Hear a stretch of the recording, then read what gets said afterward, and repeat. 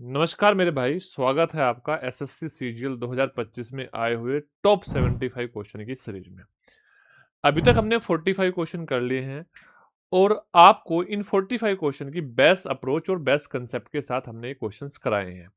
आपको बता दूं, अगर आपका आने वाला एग्जाम है, सीजीएल का मेंस है या आपका सीएचएसएल है या आपका सीपीओ या एमटीएस है या जीडी का एग्जाम भी है, अगर कोई भी बेहतरीन लेवल का क्वेश्चन आता है तो वो इन 75 क्वेश्चंस के पैटर्न से जरूर मैच होगा और ये क्वेश्चन आपके लिए बहुत जरूरी है।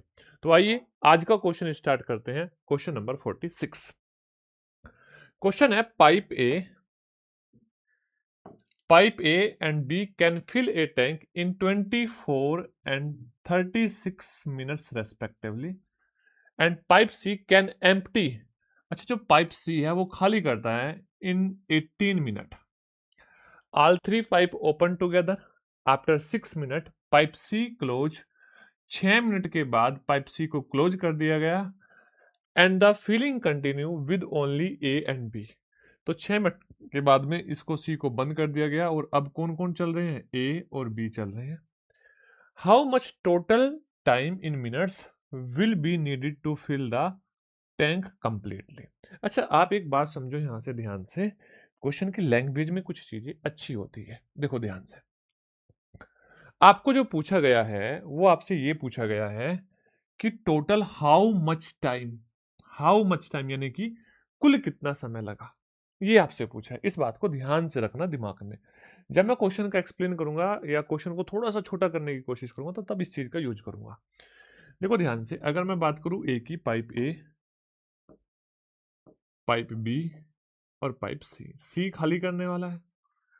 अब ये 24 मिनट में, ए, बी 36 में और सी 18 में खाली करता है। बड़े ध्यान से बात समझना। अब मैंने बोला आपसे इसका एलसीएम होगा 72 और आपसे बोल दिया कि 72 टोटल काम होना चाहिए, टोटल पानी टंकी में भरा जाना चाहिए। 24 से 72 को भाग दूंगा तो यहां से इस ए पाइप की एफिशिएंसी आएगी तो प्लस का 3 क्योंकि ये भर रहा है, प्लस का 2 क्योंकि ये भी भर रहा है और माइनस का 4 क्योंकि ये खाली कर रहा है। अब देखो बड़े ध्यान से, मैंने आपसे बोला 6 घंटे तक। देखो जब ये शुरू हुए तो तीनों थे, लेकिन ये 6 घंटे तक भरा चला होगा तो 6 घंटे तक या 6 मिनट है, हाँ 6 मिनट तक। तो इस 6 मिनट में इसने -24 कर दिया होगा। ये बात आपको समझ में आ रही है कि इस 6 मिनट में इन्होंने क्या कर दिया होगा, -24 कर दिया होगा। और जब -24 किया तो इसका मतलब जो आपका टोटल पानी भरना था 72, तो ये भरेंगे ही भरेंगे दोनों मिलके। इस 24 को भी भरेंगे, 72 + 24 और दैट इज 96, यानी कि 96 यूनिट पानी इनको भरना है शुरू से लेकर लास्ट तक। ये नहीं पूछा ये नहीं पूछा कि क्वेश्चन में कि लास्ट के जब ये बंद कर दिया गया उसके बाद कितना समय लगा, नहीं, टोटल समय लग पूछ रहा है। अब ध्यान से देखो, अगर मैं इसको भाग दूं 5 से क्यों भाग दूंगा, क्योंकि इन दोनों की एफिशिएंसी होगी कितनी, 5 मिनट, तो 19 पंजे 95, तो 19 मिनट तो पूरी लगेगी। अच्छा, 19 पंजे 95, 1/5, 1/5 यानी कि इसको मैं बोल सकता हूं पूरे 19 मिनट लगे। और 1/5 को जब मिनट को मैं सेकंड में बदलूंगा तो यहां से 12 सेकंड आ जाएगा। कितने सेकंड आ जाएगा, 12 सेकंड, यानी कि 19 मिनट 12 सेकंड। इस क्वेश्चन का आंसर है option number A, correct answer है। ऑप्शन नंबर ए आपके क्वेश्चन का बिल्कुल सही उत्तर है। ठीक है, चलो ध्यान से बात को समझना। नेक्स्ट क्वेश्चन देखो, क्वेश्चन नंबर 47 बोल रहा है a product has a mark price which is 25% above the cost price. एक मार्क प्राइस है जो कॉस्ट प्राइस से 25% ज्यादा है। It had sold after a discount of 15%, यहां पर 15% का एक डिस्काउंट दिया गया ऑन मार्क प्राइस और इसको बेच दिया गया। गिविंग ए प्रॉफिट ऑफ 240, यहाँ पे 240 रुपए का प्रॉफिट भी हुआ। If product were sold at the 25% discount on the mark price what would have been the selling price. तो आपसे पूछ रहा है सेलिंग प्राइस क्या होता। देखो ध्यान से, अगर मैं आपसे बोलूं सिंपल सा कि 4 हमारा क्या है, कॉस्ट प्राइस है, और जब 4 कॉस्ट प्राइस है तो यहां से मार्क प्राइस कितना होगा, तो आपने कहा सर 5 हो जाएगा क्योंकि 25%। क्योंकि जो ये 25% है इसकी फ्रैक्शन होती है 1/4। तो इसका मतलब सीपी अगर 4 है यानी कि 4 रुपए वाली वस्तु कितने की कर दी होगी, 5 की कर दी होगी। इतनी सी बात आपको समझ में आ गई। डन है बात है। देखो ध्यान से, अब बोल रहा है इस अंकित मूल्य पर 15% की छूट दी गई, ये मार्क प्राइस है और इसको 15% की छूट दी जाए।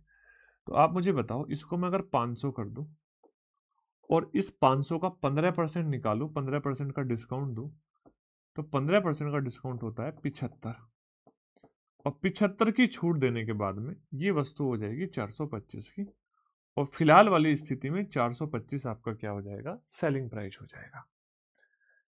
ठीक है, 425 क्या हो जाएगा, सेलिंग प्राइस हो जाएगा। अब देखो ध्यान से क्या बोल रहा है, ए गिविंग ए प्रॉफिट ऑफ 240, और इस स्थिति में कितने का प्रॉफिट हुआ, 240 का प्रॉफिट हुआ। तो आप मुझे बताओ, ये बात बताओ, क्या यहां से यहां तक अगर मैं रेशो की बात करूं तो क्या 25 रेशो हमारा प्रॉफिट है, यानी कि इस 25 रेशो का मान हमें क्वेश्चन में कितना दिया है, 240। अब आपसे बोल रहा है if the product were sold eight 25% discount, यानी कि ये प्रोडक्ट जो 500 का बेचा गया इसको 25% डिस्काउंट पर बेचा जाता। अब देखो 500 का 25% क्या होगा, अगर मैं 25% निकालूंगा तो 125 हो जाएगा भाई, 1/4 भाग हो जाएगा। 125 का डिस्काउंट दे देंगे, और 125 का डिस्काउंट दे देंगे तो इसका मतलब 375 रुपए का बेच देंगे, हाँ या ना। अब आपसे ये बोल रहा है कि अगर पहले प्रॉफिट होता था 240 का, तो अब बताओ कितने का हो रहा है। मेरे भाई आप इस बात को समझो, पहले प्रॉफिट इस 25 का, इस 25 का 15 गुना होता था। कितने गुना होता था, 15 गुना, क्योंकि 25 से 15 से गुना करोगे 375 आएगा। तो इसका मतलब अब आपका विक्रय मूल्य है, जो सेलिंग प्राइस है ये है, इस 375 का मान बताना है। तो 25 गुणा 375 हो जाएगा, सॉरी 25 नहीं, 375 का मान बताना है आपको। तो आप बोलोगे 240 गुणा 15, 240 गुणा 15, और 240 गुणा 15 कितना होता है, 3600 होता है। कितना होता है, 3600 होता है।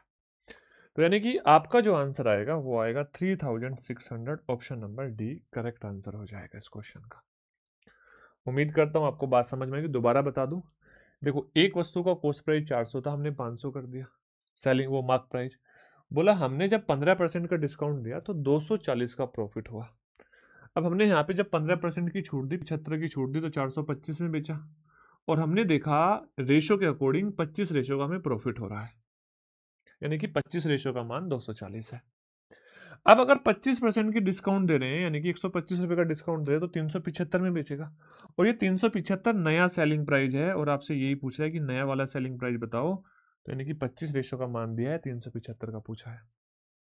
ठीक है, 25 का, 25 का इसका, इस प्रॉफिट का, होने वाले प्रॉफिट का कितने गुना है, 11 गुना, 11 नहीं 15 गुना। तो इसका मतलब इस प्रॉफिट का 15 गुना आपका आंसर होगा, और 15 गुना होगा तो कितना, 3600 आंसर हो जाएगा। ठीक है, नेक्स्ट देखो ध्यान से, क्वेश्चन है, एक व्यक्ति, a man invested 3366 into 3 scheme at 4%, 8% and 12% simple interest per annum respectively 3, 2 and 1 year such that he received equal simple interest from each scheme. How much did he invested at 8%? यानी कि question में आपसे बोल रहा है कि एक व्यक्ति ने कुल 3366 रुपए इन्वेस्ट किए, लेकिन वो 3 स्कीम पे किए। पहली स्कीम जिसमें 4% इंटरेस्ट मिलता है, दूसरी स्कीम जिसमें 8% मिलता है, और तीसरी स्कीम जिसमें क्या मिलता है, 12% सिंपल इंटरेस्ट मिलता है। और इन सब 3 स्कीमों से जो ब्याज मिल रहा है, साधारण ब्याज, वो इक्वल है, लेकिन समय अलग अलग है, 3 साल, 2 साल और 1 साल। अच्छा, आप सबको पता है, अगर मैं आपसे पूछूं कि कितना परसेंट सिंपल इंटरेस्ट मिल रहा है, तो आप क्या बोलोगे, रेट परसेंट और into time, rate percent into time. आप बोलोगे हाँ सर, यही तो बताएंगे। अब देखो ध्यान से, अगर मैं आपसे बोलूं कि पहले वाले केस में कितना परसेंट ब्याज मिल रहा है, तो आपने बोला 4% की रेट है, 3 साल है। तो 4 दिया 12%। तो यानी कि अगर पहले वाला पार्ट हमारा P1 था तो P1 पे 12% ब्याज मिल रहा है। ये सिंपल इंटरेस्ट है। अच्छा, दूसरे वाले केस में आपने बोला 8% रेट है, समय 2 साल है, तो 8 दूनी 16%। अगर दूसरा धन हमारा P2 था तो यहाँ पे 16% ब्याज मिलेगा, और अगर तीसरा धन हमारा P3 था तो यहाँ पे हमें वापस 12% ब्याज मिलेगा। क्लियर है बातें? इतनी सी बात समझ में आई? भाई हमने क्या निकाल लिया, सिंपल इंटरेस्ट निकाल लिया। पहले भाग पे 12%, दूसरे भाग का 16% और तीसरे भाग का 12% हमें इस समय में ब्याज मिलेगा, और ये ब्याज इक्वल है तो हम इक्वल का साइन लगाएंगे, और जैसे इक्वल का साइन लगाएंगे एक बात समझ में आएगी कि ये परसेंटेज से परसेंटेज कैंसिल आउट हो जाएगा। सबको 4 से भाग देंगे तो 3P1 आएगा, यहां पर 4P2 आएगा, और यहां पर वापस 3P3 आएगा। अब अगर आपसे मैं पूछूं कि इनका रेशो बता दो तो आप बोलोगे इसके लिए सर हमें इनके बराबर में एक ऐसा नंबर रखना पड़ेगा जो इस 3 से, P1 के कोफिशिएंट 4 से और 12 इस 3 से कट जाए। तो हमने मान लिया ये सब बराबर है तो हम 12 के बराबर इसको मान ले रहे हैं, लेट कर लिया। तो यहां से P1 का रेशो कितना है, तो आपने बोला 3 आया। P2 का रेशो कितना है, सॉरी 3 नहीं आया, 4 आया, क्योंकि 3P1 12 तो P1 4। P2 का रेशो कितना है, तो आपने बोला 3 आया, और P3 का रेशो कितना आया, तो आपने बोला ये भी 4 आया। तो यानी कि पहला धन अगर 4 रुपए है तो दूसरा धन आपका 3 रुपए है, और तीसरा धन आपका 4 रुपए है, और टोटल कितने रुपए इन्वेस्ट किए थे आपने, 11 रुपए इन्वेस्ट किए थे। अब इस 11 रेशो का मान 3366 है।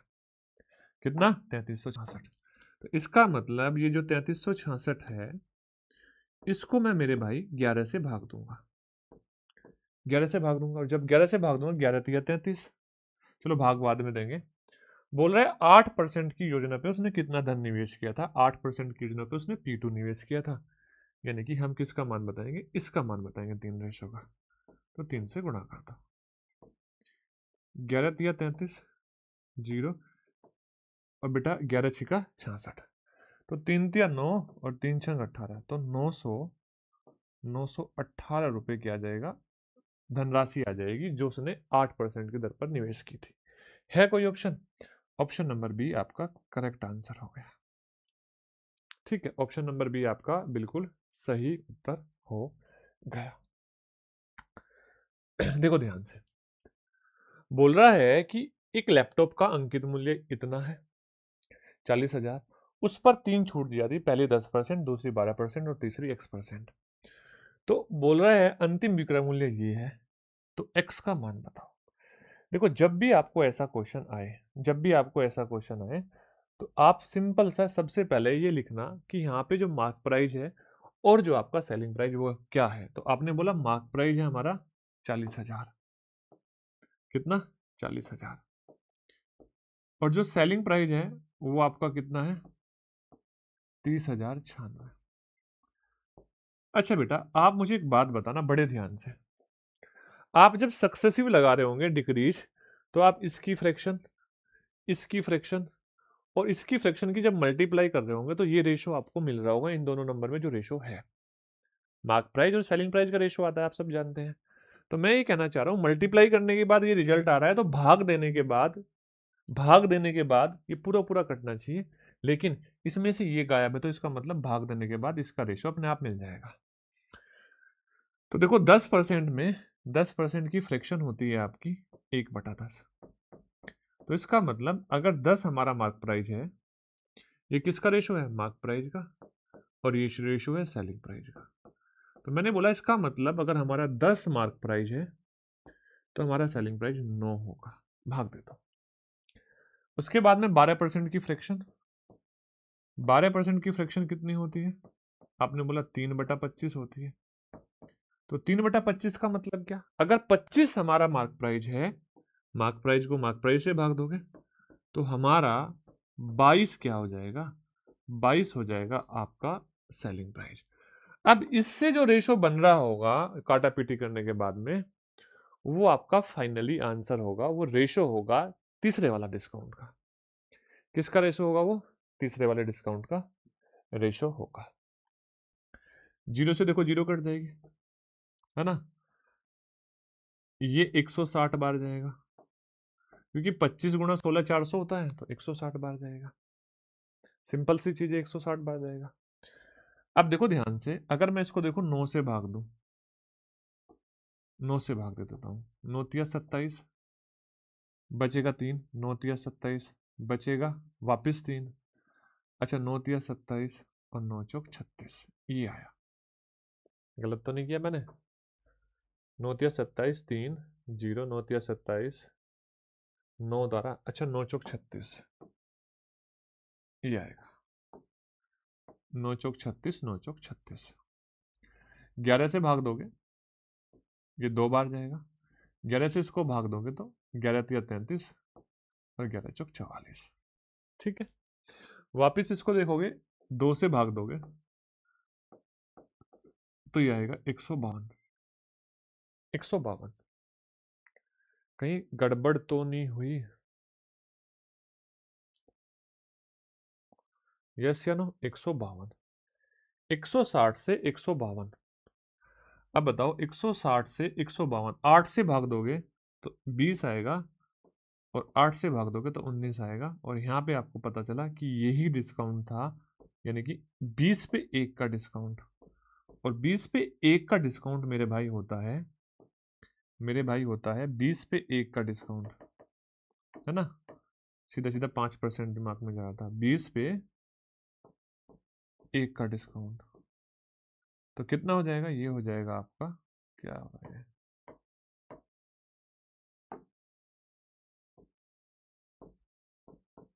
5%। तो आंसर आ जाएगा आपका 5%, यानी कि जो तीसरा डिस्काउंट था, जो एक्स का मान था, वो था 5%। डन है? यस। ध्यान से देखो, नेक्स्ट क्वेश्चन बोल रहा है, a retailer mark an item 75% above the cost price. एक रिटेलर ने अपना जो आइटम की कीमत थी वो 75% अबव कर दी, and he offer 3 successive discount, 20%, 10% and 5%, and his profit was 175, what was the cost price. तो उसका कॉस्ट प्राइस क्या था, आपसे ये पूछ रहा है। ये पूछ रहा है कि उसका कॉस्ट प्राइस क्या था। देखो ध्यान से, एक बात बताओ, एक बात बताओ, हमने क्या किया, पहले इसको 75% अधिक कर दिया, बढ़ा दिया 75%।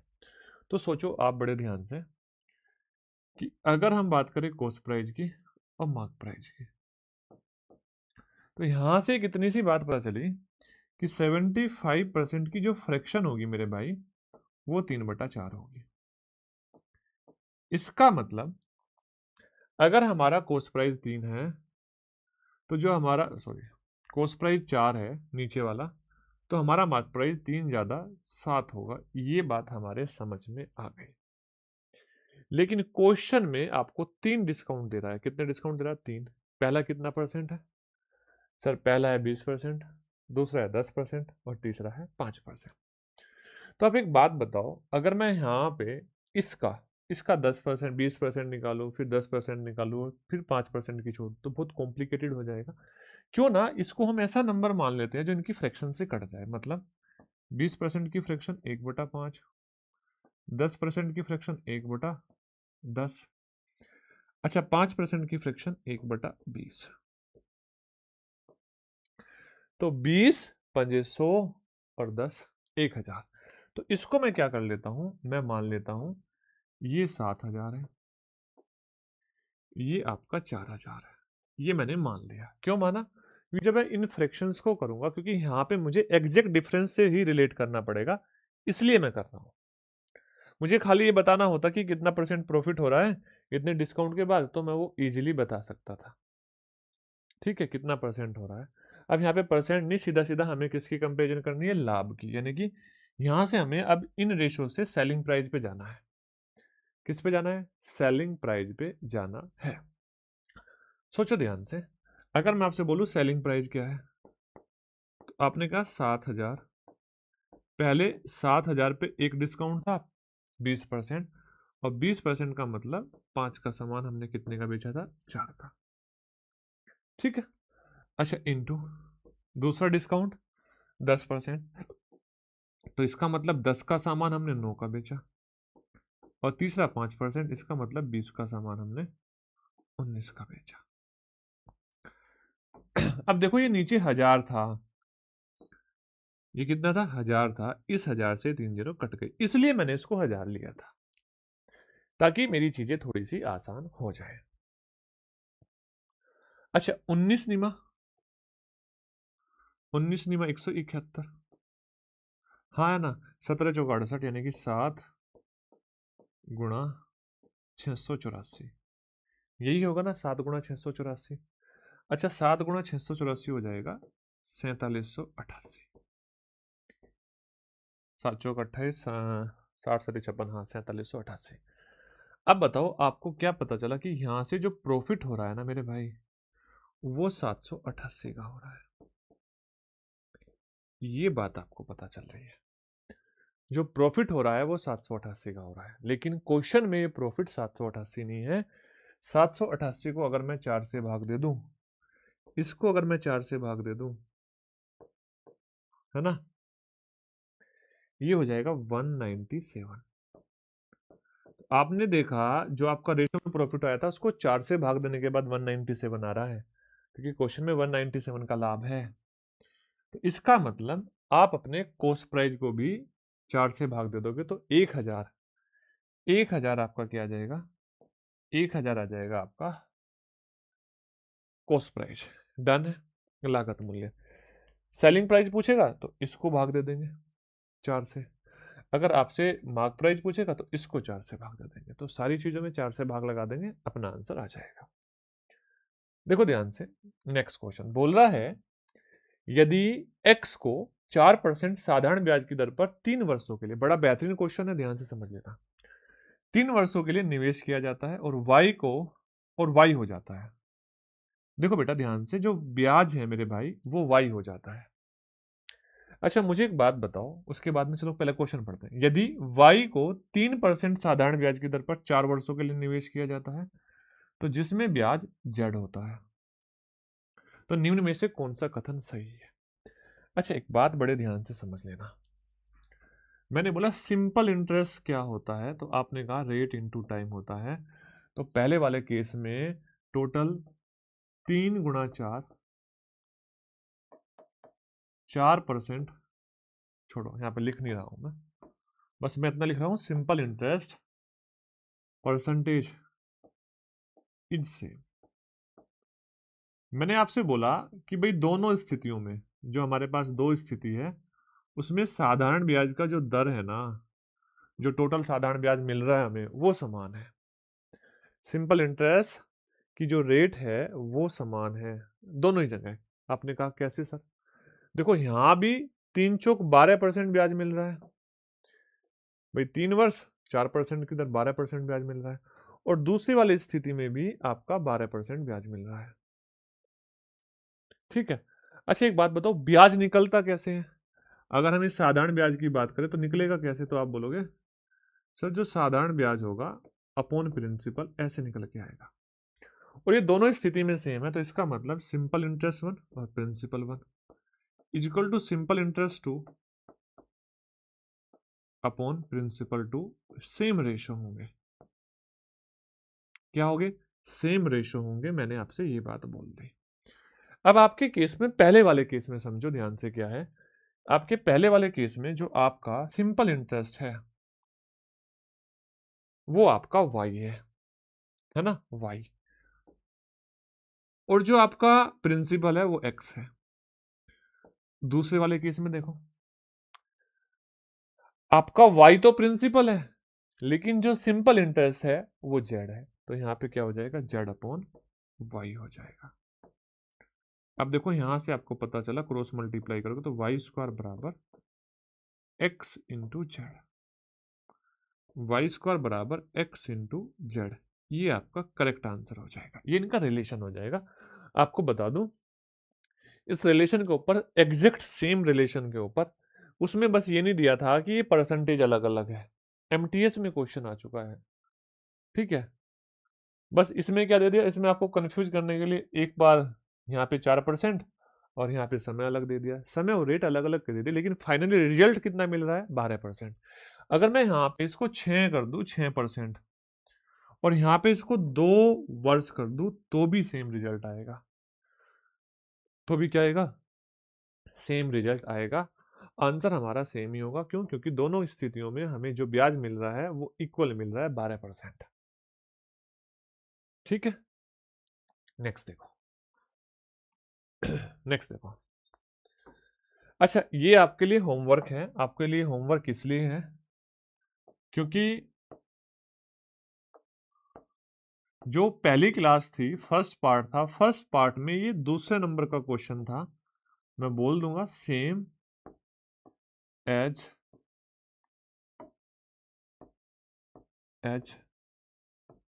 Second number question. दूसरे नंबर का क्वेश्चन है same age second number question on first class, in first class. पहली क्लास में जो दूसरे नंबर का क्वेश्चन था, सेम उसके जैसा क्वेश्चन है। ये क्वेश्चन आपको बताना है और आंसर शायद इसका, ये देखो, ये इसको चेंज कर लो, मान लो इसको नो कर लो, ठीक है, आंसर आप देख लेना क्या आएगा। ठीक है, चलो नेक्स्ट देखो ध्यान से। बोल रहा है एक निश्चित धनराशि साधारण ब्याज की दर पर 8 वर्षों में 4 गुना हो जाती है, समान दर पर कितने वर्षों में 12 गुना होगी। 8 वर्षों में 4 गुना हुई और कितने वर्षों में 12 गुना हुई। अपने अब आपको क्या बात ध्यान रखनी है, यहां से एक बात याद रखनी है कि सर जब रेट सेम हो ना, रेट सेम हो, तो हम यहां से एक बात बोल सकते हैं, रेट सेम हो, ठीक है ना, रेट सेम। सर हमारा जो सिंपल इंटरेस्ट होगा और जो टाइम होगा, सिंपल इंटरेस्ट 1 और टाइम 1 बराबर सिंपल इंटरेस्ट 1 और टाइम 2 के बराबर होगा। अच्छा, इसमें एक हिडन चीज भी है, आप समझ लेना, यहां पे सिर्फ रेट नहीं, रेट एंड प्रिंसिपल, ठीक है ना, प्रिंसिपल। अगर रेट और प्रिंसिपल सेम हो तो फर्स्ट वाले केस में जो सिंपल इंटरेस्ट है वो, और दूसरे वाले केस, सॉरी, फर्स्ट वाले केस में सिंपल इंटरेस्ट और टाइम, दूसरे वाले केस में भी सिंपल इंटरेस्ट और टाइम का रेशो सेम होगा। ये बात आपको पता होनी चाहिए। अगर ये बात आपको पता है तो सीधा सीधा आपके क्वेश्चन का आंसर आएगा। सोचो ध्यान से। अब जब भी आपको ये बताना है कि सिंपल इंटरेस्ट कितना है, तो जितने गुना हो रहा है उसमें से एक घटा दो, उसमें से एक घटा दो, तो सिंपल इंटरेस्ट है 3। टाइम कितना है फर्स्ट वाले केस में से 8। अब देखो, इसमें से एक घटाओगे तो सिंपल इंटरेस्ट है 12, 11 और टाइम है x, तो x का मान आएगा 88/3, 88/3, यस या नो, 88/3। अब देख लो, 29 सही, 29 सही, 1/3 साल आपका आंसर आ जाएगा, option number A correct answer हो जाएगा। ठीक है, आपको कंसेप्ट याद रखना है, जब भी हमारा रेट और प्रिंसिपल सेम हो तो फर्स्ट वाले केस में जो सिंपल इंटरेस्ट को टाइम का रेशो होता है, वही सेकंड वाले केस में सिंपल इंटरेस्ट और टाइम का रेशो होता है। ठीक है, चलो नेक्स्ट देखो। बोल रहा है एक्स वाई के व्युत्क्रमानुपाती। अच्छा, ये क्वेश्चन, ऐसा क्वेश्चन एक ही आया था, ये क्वेश्चन मैंने प्रीवियस ईयर का ही लिया है, क्योंकि इसके जैसा ही क्वेश्चन था। मुझे तो यहाँ पर आपको बस लॉजिक समझाने हैं। अब वो लॉजिक आप कैसे समझ रहे हो, बस इस बात को मैटर करता है, आप उस लॉजिक को कितने इजीली समझ पा रहे हो। ठीक है, डन है बातें, चलो नेक्स्ट देखो। अच्छा, जब भी आपको दिखे जी एक्स जो है ना, ये व्युत्क्रमानुपाती है वाई स्क्वायर के, आप इस बात को समझो, ये रिलेशन है, एक्स जो है वाई स्क्वायर के व्युत्क्रमानुपाती है। जो बेहतरीन तरीका मैं आपको बता रहा हूं वो किसी ने अभी नहीं बताया होगा। आप मुझे बताओ, अगर मैं इसको लेके जाऊं तो ये क्या होगा, ये होगा आपका एक्स और Y square equal to constant, आपने यही तो पढ़ा, इजिकल टू कॉन्स्टेंट, और मैंने क्या बोला, दो चीजों की मल्टीप्लाई होने के बाद रिजल्ट सेम आ रहा है, तो इसका मतलब हर स्थिति में सेम आ रहा होगा। यानी कि मैं कह सकता हूं x1 और y1 का स्क्वायर बराबर हो जाएगा x2 और y2 के स्क्वायर के। ये बात मैं आपको बोल सकता हूं। अब आपके क्वेश्चन में x1 का मान कितना दिया है, 78, अच्छा वाई स्क्वायर, वाई वन का मान दिया है 11, तो मैं 11 गुणा 11 ही लिख देता हूं। ठीक है, 11 का वाई का स्क्वायर। अच्छा x2 का मान आपसे पूछा है ना, x का मान क्या पूछा है, यदि y बराबर, और यहाँ पे देखो आप बोलोगे 2.2 इंटू 2.2 वाई स्क्वायर। अच्छा आप ही बताओ 2.2 में 5 से गुणा करूंगा तो 11 आ जाएगा ना। तो देखो यहां पर मैं 2.2 से इसको भाग दूंगा 5 बार, इसको भाग दूंगा 5 बार तो x का मान आ जाएगा 1950। अब आप बोलोगे सर 1950 कैसे आया। देखो ये 25 हुआ, 25 में 78 से जब गुणा करनी हो हमें, हम ये देखेंगे 4 के, देखो 25 गुणा 400 होता है, 4 के कितने पेयर बने 78 में, 1900 का 76, 2 पेयर और बने 25 दूनी 50, तो 1950, इसलिए मैंने इसका आंसर बता दिया 1950। Option number A correct answer. हमेशा याद रखना ये यूनिक मेथड है। अगर आपको बताऊं, अगर आपको पता हो, अगर मान लो x y के अनुक्रमानुपाती होता तो आप क्या बोलते, x upon Y equal to K, constant. अब अगर ये कॉन्स्टेंट है तो मैं यहां से एक रिलेशन बना सकता था, x1 अपॉन y1 बराबर x2 अपॉन y2। हमें इस k का मान निकालने की जरूरत नहीं है, इस k का मान इस रिलेशन में अपने आप शामिल हो जाएगा। और आपको कराया क्या जाता है, आपको कराया जाता है कि यहां से इस कांस्टेंट टर्म का k का मान निकालो, ये आपको नहीं निकालना।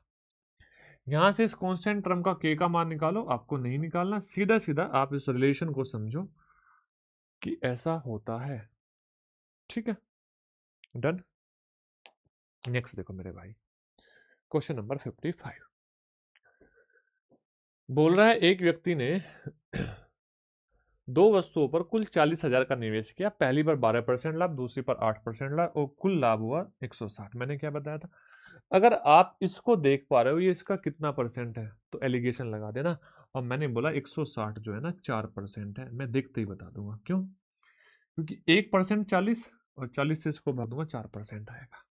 तो अब आप एलिगेशन लगाना बस, पहली पे 12% का लाभ, ओके, दूसरे पे 8% क्या है तो -8, ये +12 है लाभ का मतलब, और -8, और फाइनली दोनों को मिलाने पर 4% का प्रॉफिट हो रहा है। तो अब इसमें जब आप एलिगेशन लगाओगे मेरे भाई, तो आप इस बात को समझोगे, क्या समझोगे, कि इन दोनों का डिफरेंस -8 और +4 का डिफरेंस होता है 12 होता है, और +12 और +4 का डिफरेंस होता है 8। ठीक है, इसको रेशो बनाऊंगा तो 4 नहीं बेटा 3:2 आएगा, 4 से भाग दूंगा तो 3:2, यानी कि जो पहली वस्तु है वो 3 है उसकी कीमत, और दूसरी की 2 है, और टोटल कीमत हो जाएगी 5। 5 का मान 4,000, 1 का मान 800। आपसे क्या पूछा है, तो लाभ देने वाली वस्तु का कितना निवेश किया था, लाभ किसने दिया था, पहले वाली ने, तो 8 दिया 2400, आंसर आ जाएगा 2400, ऑप्शन नंबर डी। कितना आ जाएगा 2400। या फिर कर सकते हो बच्चों की तरह, ये 4,000 हुआ, कितने गुना, 800 गुना, तो ये भी कितना हो जाएगा, आपने बोला सर ये भी 800 गुना हो जाएगा, कितना हो जाएगा 4,000, सॉरी 2400, दिमाग में 4,000 रहा, 2400। समझ में आ गई बात। नेक्स्ट देखो, देखो मैं आपका टाइम वेस्ट नहीं कर रहा हूं, आपको जल्दी जल्दी और ज्यादा चीजें एक्सप्लेन कर रहा हूं, इसलिए मैं बिना बात के भी क्वेश्चन कर रहा हूं और आपको समय लग रहा है। 15% की दर से तीसरे वर्ष का वार्षिकी ब्याज आपको बताना है 88,000 का, तीसरे वर्ष का, कौन से वर्ष का, तीसरे वर्ष का चक्रवृद्धि ब्याज बताना है, और कितने परसेंट की रेट से, 15% की रेट से। बताओ कैसे बताओगे, सुनो ध्यान से। आप मुझे इतनी सी बात बताओ, अगर मैं आपको दूसरे साल का ब्याज बता दूं, छोड़ो इसको छोड़ो, मैंने बोला आपको फर्स्ट ईयर का ब्याज मेरे पास ही है, अगर आप लॉजिक समझते हो तो आपने बोला इसको 15% बढ़ा दो, सेकंड ईयर का इंटरेस्ट आ जाएगा, हाँ या ना, ये फर्स्ट का है और इसको आपने 15% बढ़ा दिया तो सेकंड ईयर का इंटरेस्ट आ जाएगा, अगर आपने अच्छे से मैथमेटिक्स पढ़ा होगा। ये सेकंड का आया। अब इसको वापस 15% बढ़ा दो, वापस 15% बढ़ा दो, तो आपका थर्ड ईयर का इंटरेस्ट आ जाएगा। अगर ये कंसेप्ट आप जानते हो तो एक लाइन में इस क्वेश्चन का आंसर आ सकता है। कैसे? देखो 88,000 है, 88,000। अच्छा, पहले साल का ब्याज क्या होगा भाई? इसका 15% ही होगा ना। 88,000 का 15% होगा। कैसे भाई? 880 1% इंटू 15। अब इसको 15% बढ़ा दो, और 15% की फ्रैक्शन कितनी होती है? 3/20। 3/20 यानी कि मैं कह सकता हूं 23/20, और ये हो गया हमारा दूसरे साल का ब्याज। दूसरे साल का ब्याज। अब देखो ध्यान से, अगर मैं इसको वापस 15% बढ़ा दूं तो ये हो जाएगा हमारा तीसरे साल का ब्याज। मैं एग्जाम्पल भी दूंगा, समझना ध्यान से। अभी कैलकुलेट कर लो, है ना। देखो ध्यान से, एक जीरो से एक जीरो कट गई, ठीक है। अब देखो 5 से 3 बार गया, 5 से 4 बार गया, और नीचे हुआ 8, 8 से कितनी बार गया? 11 बार गया, 11 बार। तो 23 का स्क्वायर 529, 529 गुणा 3 और गुणा 11। क्या इकाई का अंक 7 आएगा? मैं गुणा नहीं करना चाह रहा, और मैंने देखा लास्ट में इकाई का अंक 7 आ रहा है, तो आपने बोला yes sir, 17,457। Option number D correct answer हो गया। अगर किसी बच्चे को इस चीज में डाउट है तो समझ लो। 10% के एग्जाम्पल से देकर दिखाता हूं। देखो बेटा, 10% से अगर मैं बोलूं 1,000 रुपये है, रेट हमारी 10% है, रेट हमारी 10% है। आप पहली क्लास, अच्छा क्लास तो आप ले नहीं रहे हो ना, इधर देखो, आप यहां से बोलोगे 100 रुपये फर्स्ट ईयर का इंटरेस्ट होगा, 100 रुपये। अगर मैं इसको 10% बढ़ा दूं, 10% बढ़ा दूं तो 111, 111 कितने का होगा? दूसरे साल का होगा। कितने साल? कौन से साल का? दूसरे साल का होगा 111, ठीक है। कैसे होगा? देखो ध्यान से, एक बात समझो, एक बात समझो। देखो 1,000, 1,000 रुपये पहले साल, अच्छा 10% बढ़ाओगे तो 110 होगा। पहले साल 100 रुपये, अच्छा दूसरे साल 100 रुपये ये, और इसका 10% 110। हाँ है ना। अगर मैं तीसरे साल की बात करूं, इसको 10% बढ़ा दो, 121 हो जाएगा। इसको 10% बढ़ा दो, तो देखो तीसरे साल का जब हम निकाल रहे होंगे, 100 तो इस पे आएगा, इस 100 पे 10, इस 100 पे 10, तो टोटल 20 ही हो जाएगा, और इस 10 पे 1 आएगा, तो कितना हो गया? 121। जो मैंने आपको बताया ये परफेक्ट लॉजिक है। ध्यान रखना, जब भी आपको कहीं ऐसा कंफ्यूजिंग सवाल दिया जाए, ये कंफ्यूजिंग ही था एक्चुअल में, आप इसमें सीधा सीधा सीधा तीसरे साल का निकालने लग रहे होते, जो आपका रेशो मेथड से फ्रैक्शन बना के, जो आपका, मुझे नहीं लगता चीज़ें थोड़ा कॉम्प्लिकेटेड हो सकती थी, आसान भी हो सकती थी, डिपेंड करता है इस डाटा पे, इस डाटा पे। क्योंकि 15% की फ्रैक्शन बनाते आप 1/20, 3 साल पे जाते तो क्यूब करते 8,000, तो वो 8,000 इसका मल्टीपल था। लेकिन यहीं ये 6250 होता तो ये प्राण बाहर निकाल लेता आपके, यहीं ये 6250 होता तो ये प्राण बाहर निकाल लेता क्वेश्चन में आपको। अगर आप उस तरीके से कर रहे होते, इस तरीके से कर रहे होते, कुछ भी होता, कोई फर्क नहीं पड़ता। बस कैलकुलेशन तो करनी है थोड़ी सी। अगर यकीन नहीं आता, आप इसको 6250 रख के देख लेना एक बार, फिर अपने तरीके से कैलकुलेट करके देख लेना। चलो नेक्स्ट देखो ध्यान से। बोल रहा है एक संख्या को पहले 25% घटाकर फिर उसमें 40% की वृद्धि कर दी, और पहले 25% बढ़ाकर फिर 40% घटा दिया गया। अच्छा, ये बिल्कुल न्यू पैटर्न का क्वेश्चन है। अच्छा आप याद करो, आप एक ऐसा क्वेश्चन करते थे जहां बोला जाता था कि एक संख्या में 2/3 से मल्टीप्लाई कर दी, 3/4 से मल्टीप्लाई कर दी, इसके स्थान पर इससे मल्टीप्लाई कर दी, कितने प्रतिशत की कमी या वृद्धि हुई। अब कहा जाए ना, अगर मैं बोलूं ये उस क्वेश्चन का बाप है ना। समझ सकते हो ना उस चीज को। अगर वो एक क्वेश्चन आपके लिए इजी क्वेश्चन है तो भाई ये बाप है, लेकिन अगर आपको अप्रोच पता है तो ये उसके जैसा ही है, उससे कुछ अलग नहीं है। बस आपको फ्रैक्शन आनी चाहिए। आप मुझे बताओ 25% की फ्रैक्शन क्या होती है? 1/4। कोई बात नहीं, बढ़ा घटाना है। यहाँ पे कितनी होती है इसकी?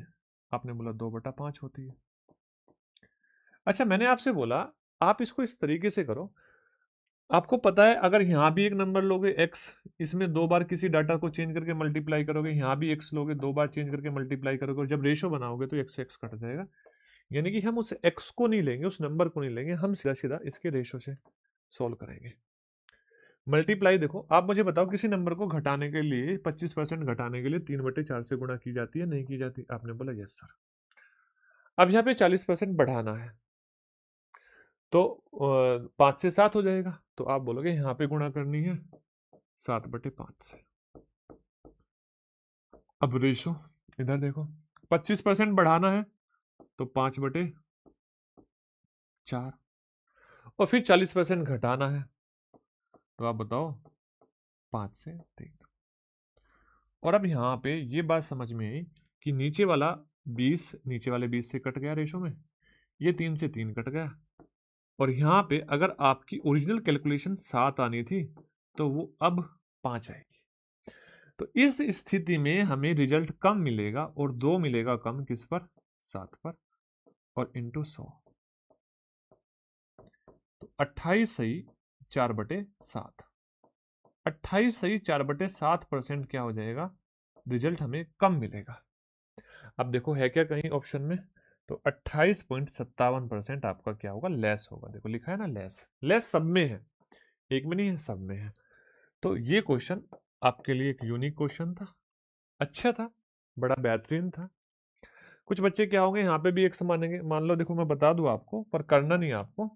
वो क्या बोलेंगे, मान लो वो नंबर x था, मान लो वो नंबर x था, x से x कट जाएगा, कोई फर्क नहीं पड़ेगा। कुछ बच्चे क्या बोलेंगे, कुछ बच्चे क्या बोलेंगे, सर इनके बटे में देखो कौन कौन से नंबर आ रहे हैं। बोला यहाँ भी 20, यहाँ भी 20, उसको 20 मान लेंगे। लेकिन मेरे भाई यहाँ 6 आ जाती, तो क्या यहाँ 20 यहाँ 24 मानते? नहीं सर, फिर एलसीएम लेके 120 मानते। हम तो कलाकार है। नहीं, ऐसा नहीं करना, सीधा सीधा क्वेश्चन को सोल्व कर लेना, बहुत ईजी है। देखो ध्यान से,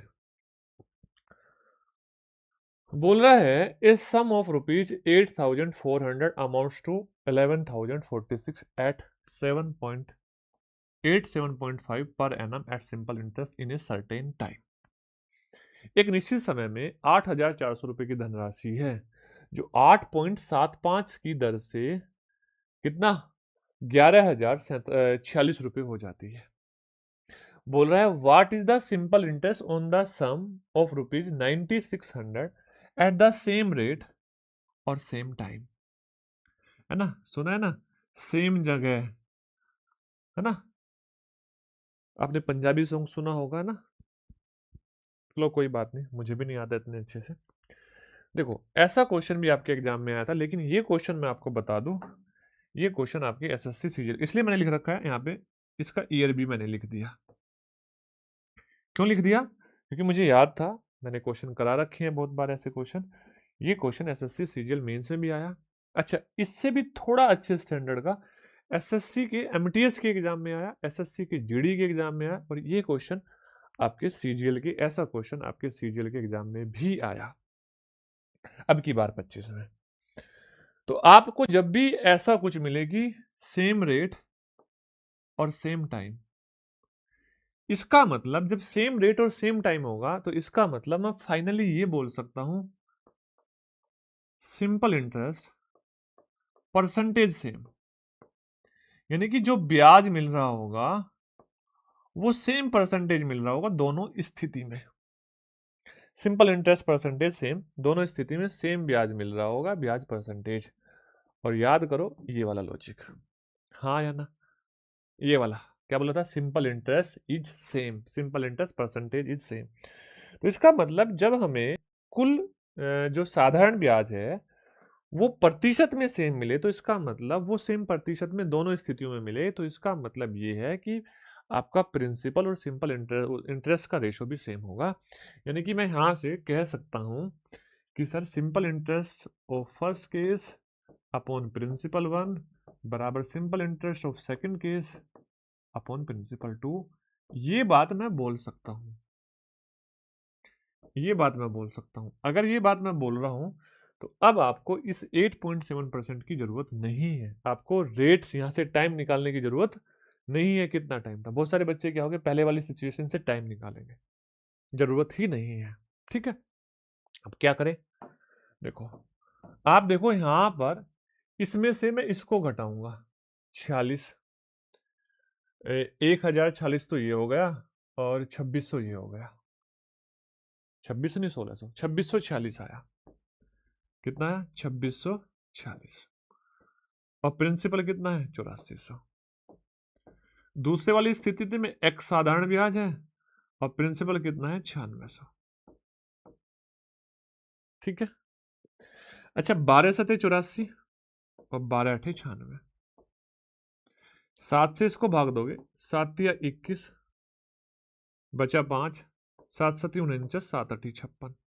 तो x का मान जो आएगा वो आएगा 378 गुणा 8, 8×8 = 64, 8×7 = 56 और 6 62, 8×3 = 24, 6 30, तो 3024 इस क्वेश्चन का आंसर आ जाएगा। Option number D correct answer हो जाएगा। ठीक है, बात समझ में आ रही है? डन। आप बोलोगे हाँ सर बात समझ में आ रही है। कितने क्वेश्चन हो रह गए? 73 74। चलो 59 क्वेश्चन, 59 क्वेश्चन, 59 क्वेश्चन देखो ध्यान से। बोल रहा है एक वस्तु का विक्रय मूल्य, यहां पढ़ते हैं, if the selling price of an item is increase 30%। हमने क्या किया, एक आइटम का सेलिंग प्राइस 30% इंक्रीज करा and profit percentage increase 25% from 66 to by 3%, यानी कि सॉरी 25% to 66 to by 3%, यानी कि पहले प्रॉफिट होता था 25% और इसको 30% बढ़ाने के बाद में प्रॉफिट होने लगा कितना 66 to by 3%। यस या नो? डन है बातें? आपने बोला हाँ सर बात तो सही है। अगर बात सही है, आपसे पूछ रहा है what is the percentage increase और डिक्रीज इन कॉस्ट प्राइस, तो हमने जो कॉस्ट प्राइस है उसमें कितना परसेंटेज का इंक्रीज और डिक्रीज किया। सबसे पहले एक बात बताओ, आप पहले वाली स्थिति में कितना प्रॉफिट लेते थे? आपने कहा 100 कॉस्ट प्राइस था, हम प्रॉफिट लेते थे 125, 125। यस या नो? डन है 125। अब हमने क्या किया, बात को समझना, मेरी बात को बड़े ध्यान से। हमने यहां पे बोला कि ये जो सेलिंग प्राइस है ये कॉस्ट प्राइस है और ये सेलिंग प्राइस है। किसी को डाउट? आपने बोला नहीं। इस सेलिंग प्राइस को 30% बढ़ा दो और इसका 30%, 12.5 का 3 गुना 37.5 होता है और 37.5 बढ़ा दोगे तो 162.5% 5 हो जाएगा, 162.5 हो जाएगा। यस या नो? अच्छा बेटा, अब उसने बोला यहां पर जो है ना 162.5 में, यहां पर हमारा जो प्रॉफिट परसेंटेज है वो 66 2/3% है। इस वाली स्थिति में जब हमने इसको 30% बढ़ा दिया तो हमारा प्रॉफिट पहले 25% था, ये हमारा प्रॉफिट था यहां से यहां तक 25%। अब ये प्रॉफिट 66 2/3% है। अब 66 2/3% है तो बताओ यहां पर क्रय मूल्य कितना होना चाहिए इस वाली स्थिति में? अगर ये हमारा नए वाला सेलिंग प्राइस है और जिसमें प्रॉफिट है 66 2/3%, इसकी फ्रैक्शन होती है 2/3 और ये हमारा क्या है, ये हमारा सीपी है, ये हमारा प्रॉफिट है और हमारा एसपी कितना है? तो आपने कहा एसपी 5 है, एसपी 5 है।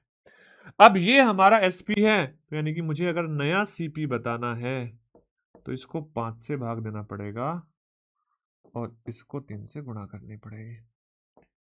5 से भाग दो, 5 तिया 15, 5 दूनी 10 और 5 पंजे 25 गुणा 3, तो 97.5 आया आपका नया सेल कोस्ट प्राइस। अब देखो आपने कोस्ट प्राइस में कितना चेंज किया, 100 था और 97.5 कर दिया, 100 से 97.5 कर दिया, तो इसका मतलब आपने इसको कम कर दिया। और कितना कम किया, 2.5% कम कर दिया, सीधा सीधा। बड़े यूनिक क्वेश्चन है भाई, बड़े लैंग्वेज घुमाने वाले क्वेश्चन है, लेकिन आपको इन सब के बड़े बेहतरीन आपको क्या दे रहा हूँ मैं, सॉल्यूशन दे रहा हूँ। ठीक है, क्लियर। चलो नेक्स्ट क्वेश्चन करो। आप इस क्वेश्चन को कर सकते हो, बस थोड़ा सा मैं भी पानी पी लूँ, है ना।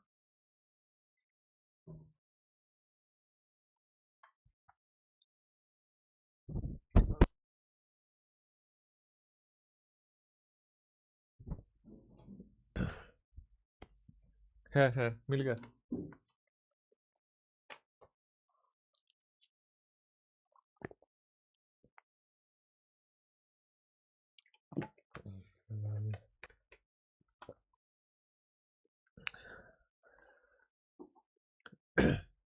Next question, a certain sum amounts to 4600 after 5 year and 6000 after 8 year। एक धनराशि है जो 4600 रुपए 5 साल के बाद हो जाती, अमाउंट्स टू, और 6000 हो जाती है 8 साल के बाद, at the same rate of the simple interest per annum. Rate जो है वो सेम है। What will be the simple interest on the sum of 8500 for 6.5 year at the same rate, उसी सेम रेट से। तो जैसे बच्चे क्वेश्चन, अच्छा आपको पहले एक बात और बता दूं मैं, ये आपका एसएससी सीजीएल का ही क्वेश्चन है, प्रीवियस ईयर का एज इट इज क्वेश्चन है। 2023 का होगा, 22 का होगा या 21 का होगा, जिसका भी होगा याद नहीं है मेरे, एक मिनट, ठीक है, जिसका भी होगा कोई बात नहीं, लेकिन है सेम। इसके जैसा क्वेश्चन आया था, इस पैटर्न पे आया था, तो आपको लॉजिक समझना चाहिए, उस लॉजिक को समझो। देखो क्या दिया है हमारे पास, सबसे पहले दिया क्या है, एक प्रिंसिपल है, वो 5 साल बाद हो जाता है 5600, और वही प्रिंसिपल 8 साल बाद हो जाता है कितना, 6000। 5600 नहीं होता, ये 40, ये 4600 होता है, बाय मिस्टेक, मेरी गलती। ठीक है, यहां कितना समय लगा, समय लगा 3 साल। ठीक है, अब देखना लॉजिक सीखना, लॉजिक लॉजिक क्या होते हैं वो आपको यहां इस क्वेश्चन में थोड़ा थोड़ा तो पता चलेगा। एक बात बताओ, यहां से यहां तक का भाई टोटल, पहले तो 8 साल हुए इसलिए 3 साल हुए, यहां से यहां तक का 1400 ब्याज है,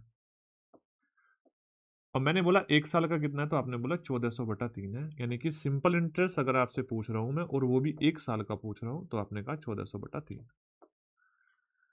इस बात में किसी को कोई ऐतराज नहीं होना चाहिए। अच्छा मैंने कहा आपसे, आप इस प्रिंसिपल को बताओ, सबसे पहला काम करो, आप इस प्रिंसिपल को बताओ। तो आपने कहा सर एक काम करते हैं, इस 4600 में से, इस अमाउंट 4600 में से हम इस 4600 में से 5 साल का ब्याज घटा देते हैं। ये 1 साल का है, 5 साल का कितना होगा, 1400/3 में 5 की गुणा करेंगे, यानी कि 7000। समझिए ना, 7000 कहां से आया, 1400 गुणा 5, 7000/3, एलसीएम 3 आएगा। ठीक है, 0 0, 3 छंग 18, 4 त्रिक 12 और माइनस 7000। इसको और सोल्व करेंगे, तो यहां से ये बात पता चली कि आपका जो प्रिंसिपल आया मेरे भाई, जो प्रिंसिपल आया वो आया 6800/3। बस अब आपको यहां से रेट नहीं बतानी। एक बच्चा क्या होगा, यहां से रेट बताना स्टार्ट कर देगा, मैं कह रहा हूं रेट नहीं बतानी। अब मुझे एक बात बताओ, यहां से आपके पास क्या मिला, आपको प्रिंसिपल और सिंपल इंटरेस्ट का रेशो मिला, कितने साल का, 1 साल के बाद, क्योंकि ये ब्याज कितने साल का है, 1 साल का। यानी कि जो भी रेट है उससे प्रिंसिपल और सिंपल इंटरेस्ट का मेरे पास रेशो है, और वो रेशो क्या है, इन दोनों को रेशो में बदलोगे 3 से 3 कट जाएगा, यस या नो। अच्छा, 2 जीरो से 2 जीरो कट जाएंगे, और 2 से इसको भाग देंगे तो ये आएगा 7, और 2 से इसको भाग देंगे तो ये आएगा 34। ये आया बेटा, आपने बोला हाँ सर यही आएगा, ठीक है। अच्छा, इस रेट से, जो भी ये रेट है इस क्वेश्चन में, इस रेट से किसी भी प्रिंसिपल की बात कर लो, 1 साल में वो प्रिंसिपल अगर 34 है तो सिंपल इंटरेस्ट 7 होगा 1 साल में। अब आप बताओ, आपको जब 8500 के बारे में पूछ रहा है तो साल कितने हैं, 6.5। अब इस 6.5 को क्या 13/2 साल बोल सकता हूं मैं? आपने कहा हाँ सर बोल सकते हैं। तो इसका मतलब इसमें अगर मैं 2 से गुणा कर दूं, इसमें ब्याज में 13/2 से गुणा कर दूं तो ये 13/2 साल का ब्याज आ जाएगा, 13/2 साल का। तो 34 दूनी 68 और 13 सतह 91, यानी कि अगर आपका प्रिंसिपल 68 है तो आपका ब्याज 91 है, मैं ये कहना चाहता हूं।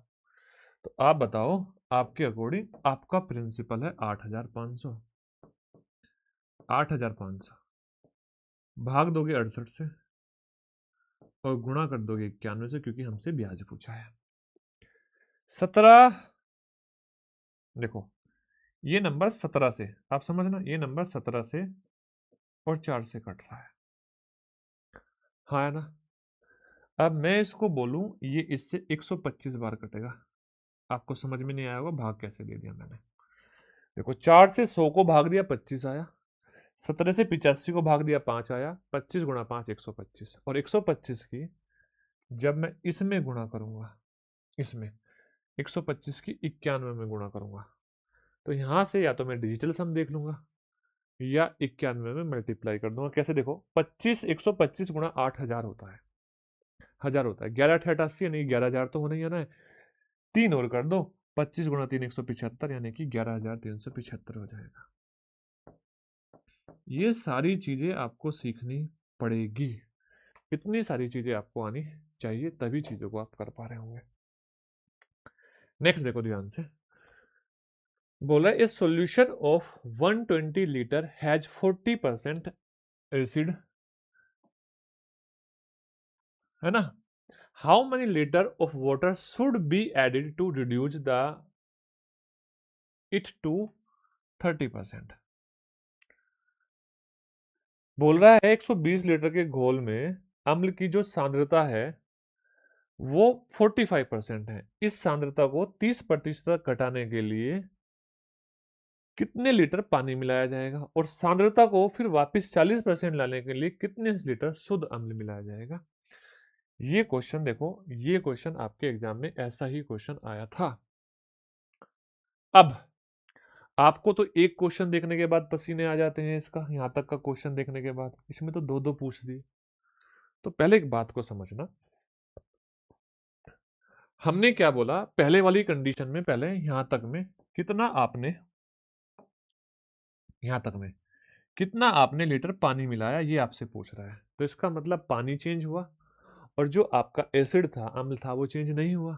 और मैंने आपको सिखाया था कि परसेंटेज एसिड की कितनी है, 45% है, और हमें करनी कितनी है, हमें करनी है 30%, यस या नो।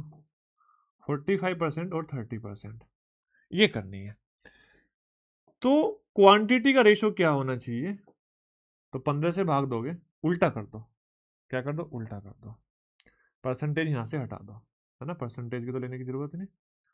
45:30, इसका उल्टा चेंज कर दो तो 3 3 नहीं 2, 15 दूनी 30 और 15 3 45, यानी कि जितना हमारे पास क्वांटिटी थी उसका एक और मिलाया, एक और मिलाया, ठीक है। यानी कि कितना हो गया, 2 से 1 मिला दिया हमने, और ये हो गया टोटल 3।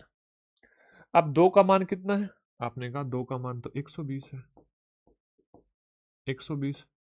तो हमने मिलाया कितना, इसका 60 गुना है 120, तो मेरे भाई इसका भी 60 गुना हो जाएगा, यानी कि हमने 60 लीटर पानी ऐड कर दिया, सॉरी 60 लीटर एसिड ऐड कर दिया। क्या कर रहा हूं मैं? हाँ सॉरी बेटा, मैंने थोड़ा सा, देखो क्वेश्चन का सॉल्यूशन तो सही है, मैं थोड़ा सा पढ़ने में या बताने में थोड़ा कंफ्यूजिंग कर दी मेरे भाई। सुन लो, 120 लीटर के घोल में अम्ल की जो सांद्रता है वो 45% है। इस सांद्रता को 30% करना है, तो हमें यहाँ पे पानी क्या किया गया, मिलाया गया 45% से 30% करने के लिए। तो जो चीज मिलाई गई उसके अलावा जो है उसकी सांद्रता का रेशो लिख लो, परसेंटेज का, 45 और 30। इसको उल्टा कर दो तो टोटल क्वांटिटी आ जाएगी 2 से 3। 2 का मान 120 है तो 1 का मान 60 है, यानी कि पहली कंडीशन तो ये हो गई कि हमने 60 लीटर मिलाया और आपके ये दो ऑप्शन कैंसिल आउट हो गए, 60 लीटर मिलाया।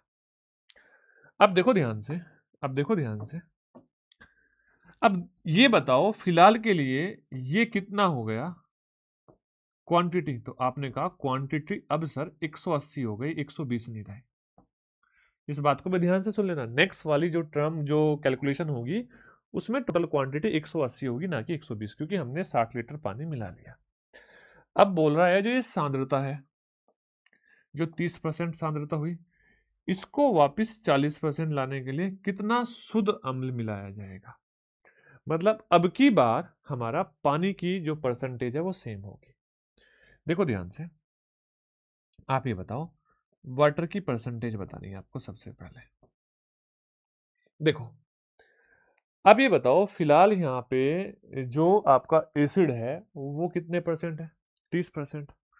तो वाटर कितने हैं, आपने बोला वाटर है 70, यस या नो, 70%। अब यहाँ पे जो एसिड है उसकी सांद्रता कितनी है, 40। तो वाटर कितने हैं, आपने बोला वाटर है 60। तो टोटल क्वांटिटी का रेशो हो जाएगा 6:7। यस या नो, कितना, 6:7। इसका मतलब हमने कितना मिलाया, एक मिलाया, एक मिलाया। तो आप बताओ 6 रेशो का मान 180 है, 180 है, तो इसका कितना गुना, 30 गुना। तो एक का मान कितना हो जाएगा, आप बोलोगे इसका भी 30 गुना हो जाएगा और आंसर आएगा 30 लीटर। यानी कि अब हमें 30 लीटर शुद्ध अम्ल मिलाना पड़ेगा। अच्छा ऑप्शन में नहीं है तो आप इस ऑप्शन में 30 लीटर कर लो। आप बोलोगे सर क्यों, क्या ये ऑप्शन गलत है? हाँ बेटा, जब मैंने क्वेश्चन को देखा था तो उस टाइम मैंने उस चीज को फोकस नहीं किया जिस टाइम जितने फोकस से अब इसको मैंने सॉल्व किया। ठीक है, तो मे बी ये टाइपिंग में या कुछ कैलकुलेशन में एरर हुआ होगा जिसकी वजह से यहाँ 30 आया, लेकिन अब ये बिल्कुल सही है।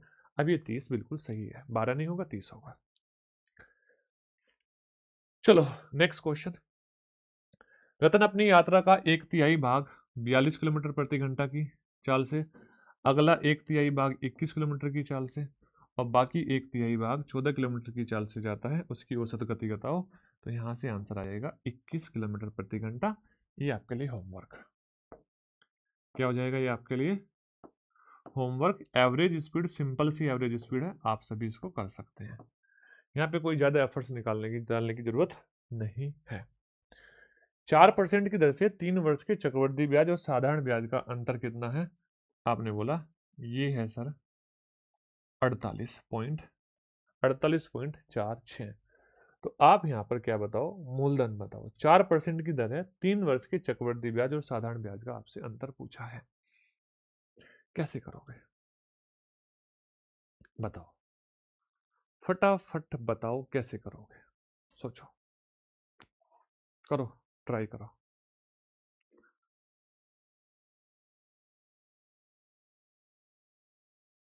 देखो ध्यान से, मैंने आपको बताया था एक फॉर्मूला, एक सिंपल रेट का 3a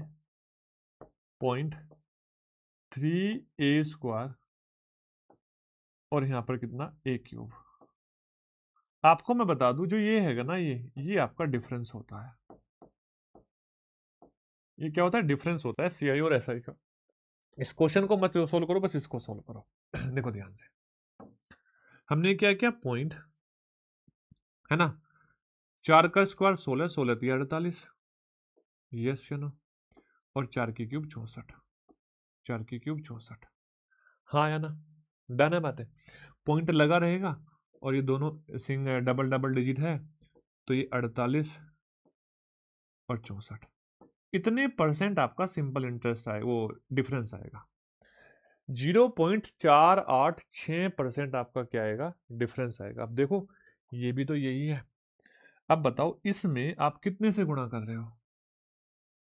आपने कहा सर 100 से गुणा कर रहे हैं। कितने से गुणा कर रहे हैं? 100 से। और प्रिंसिपल 100% होता है, तो 100% में भी 100 से गुणा कर दोगे तो आप बोलोगे 100 गुणा 100 10,000। इसका मतलब आपका जो प्रिंसिपल था वो 10,000 था। ये क्वेश्चन था। और भी बहुत सारे रास्ते हैं, बहुत सारे तरीके हैं, कभी पढ़ोगे तो बताऊंगा, अगर नहीं पढ़ोगे तो फिर तो थारी मारी राम राम, है ना।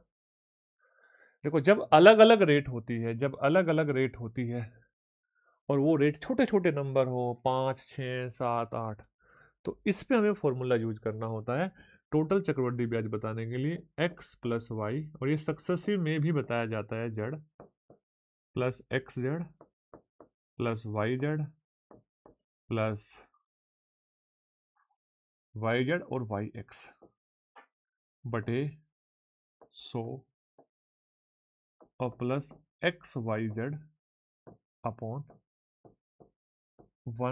10,000। ये होता है टोटल, इतने परसेंट इंटरेस्ट आएगा इन तीनों अलग अलग रेट से 3 साल में। ठीक है भाई। अब देखो 8 6 14 5 19, 19 तो ये हो गया, 19 तो ये हो गया। अच्छा 5 6 30 और 30 को मैं 100 से भाग दूंगा तो 0.3। अच्छा 8 6 48 प्लस 0.48 प्लस 8 5 40 0.40। 100 से भाग मैंने 7 के साथ दे दिया। क्या क्या मैंने 100 से 7 के साथ भाग दे दिया, प्लस एक्स वाई जेड 5 6 30 और 3 8 24 240, और 1000 से भाग दोगे तो 0.0240 आ जाएगा, ये आ जाएगा 0.0240, है ना, 224। अब देखो ये तो 19 है। अगर मैं इनको जोड़ू तो लास्ट में सबको जोड़ू एक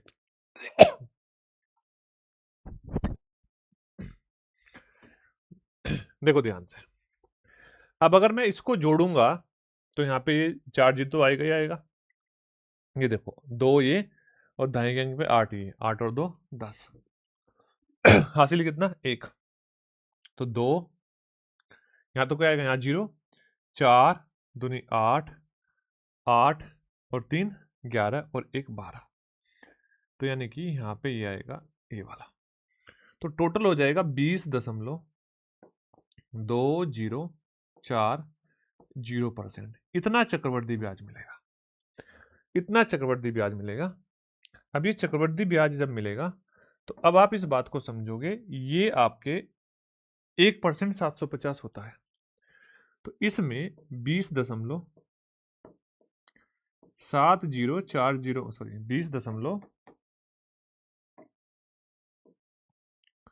20.2040 में आप 750 से गुणा कर दोगे। यस या नो? अच्छा ध्यान से देखना आप यहां पर 750 का 20 गुना 1500 तो ये हुआ, इस 750 का 20 गुना वापस 1500 हुआ, उसमें 2 स्थान पर दशमलव आ जाएगा, तो यानी कि 151 हो जाएगा। तो आपका आंसर ये वाला हो जाएगा, लगा हुआ भी है यहाँ पे, है ना। खांसी उठ गई थी जिसकी वजह से वो टेक लेना पड़ा मुझे, है ना। नेक्स्ट देखो ध्यान से, ये क्वेश्चन बहुत फेमस क्वेश्चन है। एक व्यक्ति घर से स्कूल 4 किलोमीटर प्रति घंटा की चाल से जाता है, कार्यालय 5 की चाल से और 4 की चाल से वापस आता है, आने जाने में समय लगा 4.5 घंटे। तो यहाँ पे आप फॉर्मूला लगा के सीधा सीधा डिस्टेंस बता दोगे, speed 1 into speed 2 upon sum of speed into sum of time, और इसको कैलकुलेट करोगे तो आपका आंसर आ जाएगा 10 किलोमीटर डिस्टेंस आ जाएगी। बहुत ईजी सा क्वेश्चन है। नेक्स्ट देखो, आपने पढ़ा होगा कि हम x% कम करते हैं और x% बढ़ाते हैं तो फाइनली कमी होती है x² अपॉन 100% की। तो यहाँ देखो पहले y% छूट दी गई मतलब कम किया गया और फिर y% के बराबर बढ़ोतरी भी की गई।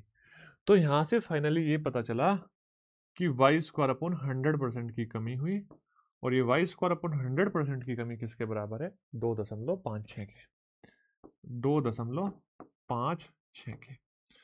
तो y² बराबर 256 और y बराबर 16 यानी कि y का मान 16 था 16% की कमी थी।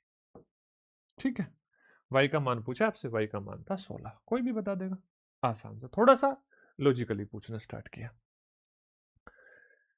ऐसा क्वेश्चन मैं आपको करा चुका हूं जहां पे आपको 2 डिस्काउंट थे तीसरा डिस्काउंट बताना था और यहाँ पे आपके पास मार्क प्राइस भी था और ये आपका सेलिंग प्राइस था। देखो ध्यान से बोल रहा है the selling price of an article mark for ₹10,000 after giving 3 discount 20% 10% and k% is 6,120 यानी कि अगर आपका मार्क प्राइस 10,000 है तो 6,120 आपका सेलिंग प्राइस है और यहां पर हम क्या करेंगे इसके पहले वाले छूट से और दूसरे वाली छूट के रेशो से भाग दे देंगे तो तीसरी वाली छूट अपने आप आ जाएगी। 20% डिस्काउंट का मतलब 5 का सामान हमने 4 का बेचा होगा। ठीक है 10% डिस्काउंट का मतलब 10 का सामान हमने 9 का बेचा होगा। एक जीरो से एक जीरो कट गई इस जीरो से ये जीरो कट गई 5 से ये गया 20 बार 9 से ये गया 68 बार और 4 से गया 17 बार। तो 20 का सामान हमने 17 का बेचा और 20 का सामान 17 का बेचा तो 3 की डिस्काउंट 20 पर और 3 का डिस्काउंट 20 पर होता है 15%। यानी कि बात समझ में आई कि 15% का डिस्काउंट हो गया। कितने परसेंट का डिस्काउंट दे दिया हमने 15% का डिस्काउंट हमने दे दिया। यानी कि k का मान 15% है। अब बोल रहा है अगर k प्लस 20% की छूट दी जाए k प्लस 20% का मतलब है 35% का डिस्काउंट 15 प्लस 20 35% का। अब देखो अगर 10,000 पे आपको 35% का डिस्काउंट निकालने के लिए पेन उठाना पड़ रहा है ना फिर आप एसएससी सीजीएल नहीं निकाल सकते। तो 35% का डिस्काउंट निकालोगे तो क्या आ जाएगा 6,500 आ जाएगा। डन। नेक्स्ट देखो बोल रहा है a 40 litre container of pure juice undergoes an 8 litre removal and 8 litre water replacement process. यानी कि हमारे पास 40 लीटर का जूस है जिसमें से हमने 8 लीटर जूस निकाल लिया और उस 8 लीटर जूस के स्थान पर हमने क्या किया 8 लीटर पानी मिला लिया। तो बोल रहा है यह प्रक्रिया 3 बार दोहराई जाती है तो अंतिम बचा शुद्ध रस कितना है। तो आप बताओ 40 में से अगर आप 8 निकालोगे तो 32 बचेगा। हाँ या ना यही तो बात समझ में आ रही 40 में से 8 यानी कि आपने निकाला कितना बस आप मुझे बता दो। आपने बोला 8 निकाला 40 में से तो इसका मतलब 1/5 भाग निकाला। अगर 40 का 1/5 भाग आपने निकाल लिया पहली प्रोसेस के दौरान जूस तो उसका 4/5 भाग बचा होगा है ना 5 हिस्सों में से 4 हिस्से बचे होंगे। अब ये हमारे पास प्योर जूस बचा। दूसरे वाली प्रोसेस में सेम इसका 4/5 बचा होगा तीसरे वाली में सेम 4/5 बचा होगा। तो आपको ये बात ध्यान रखनी है जितनी बार ये प्रोसेस हुई उसका उतना ही पावर कर दो 3 बार हुई। तो 40 इंटू 64/125 25 को 5 से भाग दोगे तो नीचे तो 25 ही आएगा और यहां पर ऐसे 5 से इसको भाग दोगे 8 आएगा 8 गुणा 64 512 आएगा। यानी कि 512/25 लीटर आपका बचा शेष प्योर जूस। ठीक है शेष प्योर जूस जो बचा 25/500।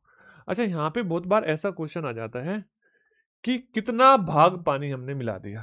तो आप देखो बस आप इतना सा देखो टोटल 5 था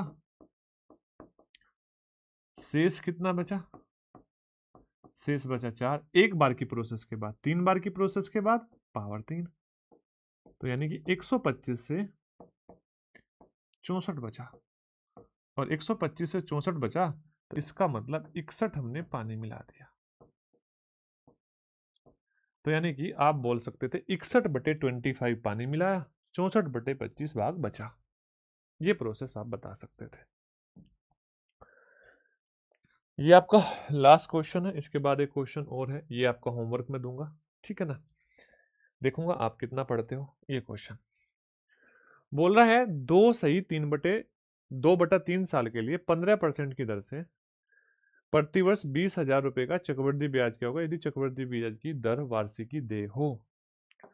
तो आप इस बात को सोचो कि सर पहले साल 15% ब्याज दिया होगा, दूसरे साल भी पूरा था तो 15% ब्याज दिया होगा, तीसरे साल भी 15% ब्याज देता लेकिन तीसरा साल पूरा नहीं था तो 15 का 2/3 दिया होगा, क्योंकि साल भी 2/3 था तो इसका मतलब 10% दिया होगा।